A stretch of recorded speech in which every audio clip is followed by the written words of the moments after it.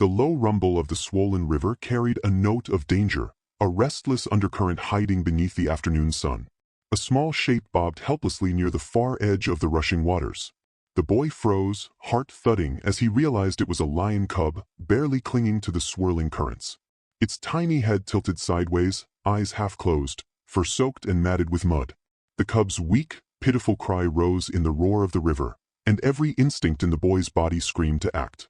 He stepped closer, boots sinking into the soft, slippery bank. The wind tugged at his clothes, the water hissed against rocks, and he could feel the chill creeping through his bones. Carefully, he waded in, each movement measured, avoiding the sharp debris swept along by the flood. The cub's small body floated and twisted with the current. Its paws flailed, and it let out a muffled whine that broke something inside him. "It's okay. I've got you," he whispered, voice barely audible over the river's roar. The boy's hands finally grazed the cub's slick fur. It shivered violently but didn't struggle. There was no time to hesitate. He wrapped his arms around the tiny form, feeling the tremble of its body against his chest. The river tugged at him, and the water rose to his waist. He leaned into the current, every muscle straining, as if the river itself were testing his resolve. The cub's soft, frightened eyes met his, and in that instant, fear and trust tangled between them like a fragile thread. Somehow, inch by inch, he fought the relentless water. The cub's breathing was ragged, tiny paws pressing against his chest as if to cling to life. He could feel its heart racing in tandem with his own. The river's roar began to wane as he neared the shallower banks. Mud sucked at his feet and he stumbled, letting out a sharp hiss of frustration, but the cub remained safe, trembling yet alive. Finally, his boots touched solid ground. He sank to his knees, exhaustion cracking through every limb, and gently set the cub on the earth. It lay still for a long moment, panting, its fur glinting in the golden late afternoon light. The boy crouched beside it, brushing a stray branch from its soaked mane. The cub's tiny ears twitched, a soft whimper escaping, then gradually it pressed closer, nudging his hand in quiet acknowledgement. Around them, the world seemed to hold its breath. The boy looked up at the river one last time, a soft breeze carrying the scent of wet earth and wild grass. The cub, sensing safety, stood shakily on wobbly legs. Its small form, once at the mercy of the raging river, now surveyed the shore, ears alert, tail flicking with cautious curiosity. The boy stepped back, letting nature reclaim its rhythm, but the memory of the struggle and the connection lingered like a warm ember in his chest.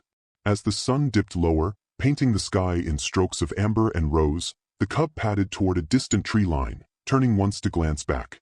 The boy watched, silent, as the lion cub disappeared into the whispering wild, the river now a quiet companion to the fading day. He walked away slowly, the waters hiss behind him, carrying with him the echo of small paws and soft, trusting eyes, a moment of courage and care etched forever in the heart. The cub lay on a patch of sun-warmed grass, trembling with exhaustion. Its fur, still damp and streaked with mud, caught the gentle light of the morning sun, making it look smaller, more vulnerable than before. Every shallow breath was a whisper against the quiet of the open field. The boy knelt nearby, careful not to crowd, watching the cub's chest rise and fall, noting the faint tremors in its limbs. Around them, the forest murmured softly, leaves rustling, distant birds calling, the faint murmur of a creek beyond the trees.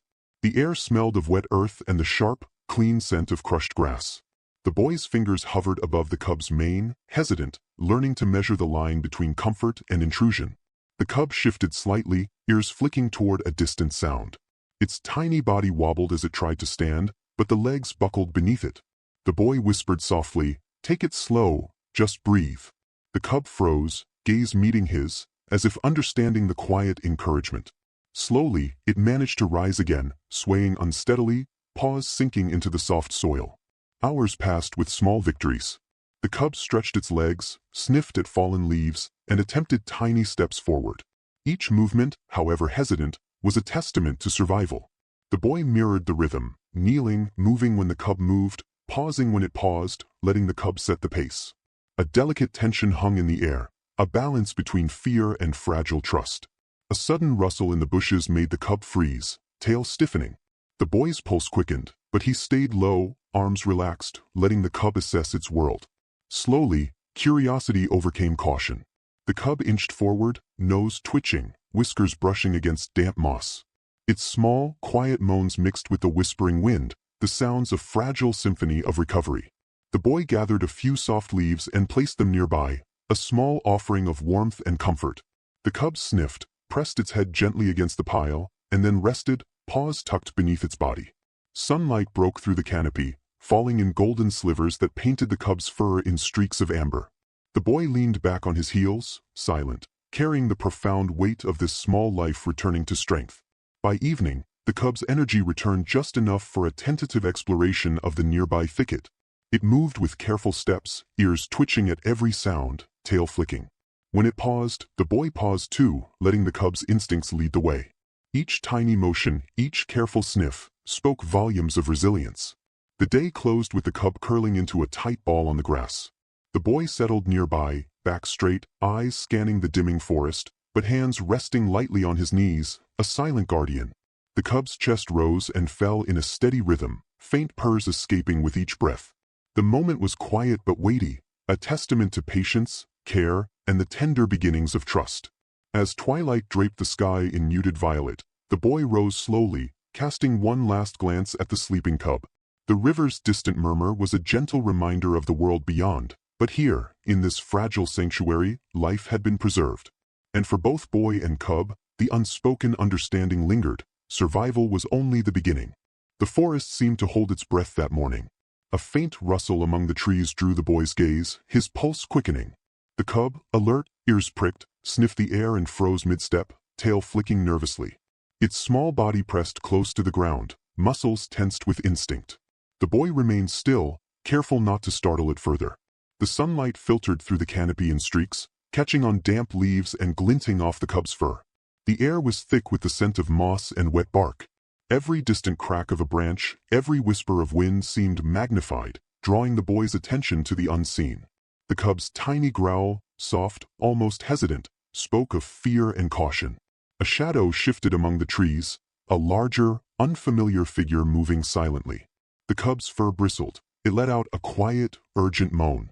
The boy crept closer, careful to remain low, whispering, "Stay calm, it's okay." His hands hovered near the cub, ready to guide without touching. He could feel the tremor in its legs, the tension in its neck, the way it pressed its body low to the ground. The predator, a wild dog, lean and watchful, paused at the edge of the clearing. Its eyes scanned the cub, every movement measured. The cub's small frame shrank in instinctive fear. The boy took a slow step forward, shifting the balance of attention without startling either animal. His heart raced, and the forest seemed impossibly large, filled with potential danger. The cub, sensing the boy's steady presence, took a cautious step backward, then another. Its little paws sank into soft earth, claws gripping the soil. The wild dog hesitated, sniffed, and then retreated slightly, wary of the boy's human authority without direct confrontation. The boy exhaled slowly, relief washing through him, but his body remained tense. Minutes stretched, each one heavy with the quiet intensity of survival. The cub inched closer to a fallen log, seeking cover, its eyes flicking to the boy for reassurance.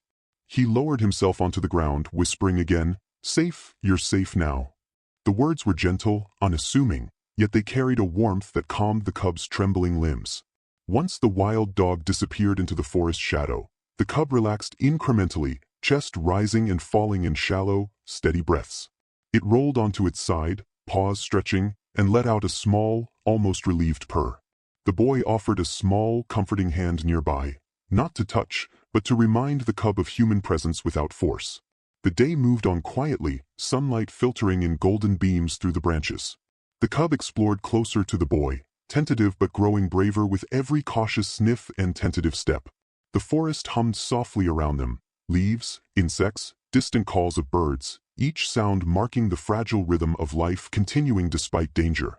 As evening descended, painting the sky with amber and rose, the cub lay nestled against the boy's side, a silent acknowledgement of trust. The boy watched the last light of day stretch across the clearing, feeling the quiet gravity of the moment. Life had been tested, danger had been confronted, and the fragile bond between human and animal had deepened without a word. The morning sun spilled over the horizon, warming the damp earth and painting the forest floor in hues of gold. The cub stirred, muscles coiled with new strength, stretching its tiny limbs and flexing claws that had once barely held on. Its fur, now drying and glinting in the soft light, seemed almost luminous, a testament to survival and resilience. The boy observed quietly from a short distance, hands resting lightly on his knees, eyes tracking each careful movement. The cub lifted its head, sniffing the crisp air, whiskers twitching with curiosity. With hesitant steps, it ventured toward a patch of wildflowers, paws sinking into soft soil. Each movement was a small act of courage, an assertion that life could continue beyond fear. Around them, the forest sang in gentle tones, the rustle of leaves, the distant call of a hawk, the soft murmur of a hidden stream. The boy inhaled the earthy scents, letting them anchor him in the present. A slight breeze brushed through the cub's fur, ruffling it against the sunlight, and he noticed the subtle shift in its posture. Ears forward, tail flicking, a quiet confidence budding. The cub paused at the edge of a small clearing, ears flicking toward a sudden sound. The boy tensed, instinctively stepping closer, but the cub merely tilted its head, sniffed the air, and then trotted forward. Its tiny growls had transformed into soft, exploratory purrs, mingling with the whispers of the wind. The boy smiled faintly, feeling the delicate balance of independence and trust. A low, rolling sound of distant thunder reminded them of the approaching storm. Clouds gathered slowly, and the light softened into muted gray, brushing the forest in quiet shadows. The cub, unfazed, padded along a fallen log, balancing carefully, tail straight and body taut. The boy crouched nearby, offering silent reassurance, murmuring only, "Careful now." The first drops of rain began to fall, scattering in soft pings across leaves and moss. The cub paused, lifting its nose to the sky, then shook off the droplets, tiny sparks of energy radiating from its body. With a sudden, joyful burst, it darted through the clearing, paws splashing in puddles, eyes bright and alive. The boy laughed quietly, letting the cub experience this small freedom, feeling a deep warmth at the display of pure life. As the storm passed and sunlight returned in fragmented beams, the cub returned to the boy's side, fur glistening, breaths quick but steady. It nuzzled against his arm, a brief gesture of gratitude and trust. The boy rested a hand lightly on the cub's back, careful not to restrain, only to connect. Even as evening approached, the cub's playful energy lingered, exploring, testing boundaries, and learning the forest anew. The boy rose, casting a long glance at the distant horizon where shadows stretched between trees, knowing that one day the cub would wander farther, guided by instinct and courage. For now, they shared this fragile, luminous moment, a bond forged through survival, trust, and the quiet thrill of first steps toward freedom. The morning was crisp, carrying the faint scent of wet leaves and sun-warmed earth. The cub stirred, body sleek and strong, fur gleaming with health. Every step it took was precise and measured, tail flicking lightly as it explored the edge of the forest, nostrils flaring at new scents carried by the gentle wind. The boy followed at a short distance, careful not to intrude. He watched the cub pause, ears twitching, gaze scanning the horizon. Somewhere ahead, the dense thicket promised freedom and the unseen safety of its own kind. The cub tilted its head toward him, a brief, delicate glance of acknowledgement passing silently between them. Around them, the forest whispered in soft tones, rustling leaves, distant bird calls, and the steady murmur of the river where the cub had first struggled. The boy's heart thudded with a mixture of pride and sorrow. He knew that the cub's journey had reached its turning point. Survival had become independence. As they reached a sunlit clearing, a soft, almost musical call echoed from the distant trees. The cub stiffened, ears upright, and emitted a faint purr of recognition. Through the brush, a pair of golden eyes appeared, its mother. The cub hesitated for a heartbeat, then bolted forward, paws striking the earth with joyous precision, tail held high. The boy stayed back, watching as the reunion unfolded. The mother nudged the cub gently, sniffing, licking, the bond unmistakable. The cub rolled, paws curling into the earth, and let out a small, satisfied whine that spoke of comfort and belonging. Every tense moment, every trembling step, had led to this quiet, miraculous homecoming. The sunlight filtered through the canopy, painting the scene in warm amber and gold. The boy exhaled slowly, letting the weight of the moment settle in his chest. The cub glanced once back toward him, eyes bright and knowing, then returned fully to its mother's side. The forest seemed to sigh in unison, a living witness to the endurance of life and trust. Time passed in soft, almost imperceptible increments. The cub and mother disappeared among the trees, shadows merging with light, leaving the boy alone in the clearing. He stood silently, feeling both the ache of farewell and the joy of witnessing life reclaim its rhythm. The river's distant murmur was now a gentle, steady presence rather than a threat, carrying the memory of fear and courage alike. The boy turned slowly, walking back along the familiar path, boots pressing into the damp soil. Behind him, the forest held the echoes of small paws and quiet purrs, a bond etched into memory. In that silent space between past struggle and future freedom, he carried the invisible warmth of trust, a gift neither forced nor taken, but earned in patience, courage, and quiet compassion. As the sun dipped below the horizon, painting the sky in muted shades of rose and violet, the boy paused one last time. The forest stretched endlessly before him, alive and whispering, while somewhere in its depths, the cub moved with strength, confidence, and the freedom of home.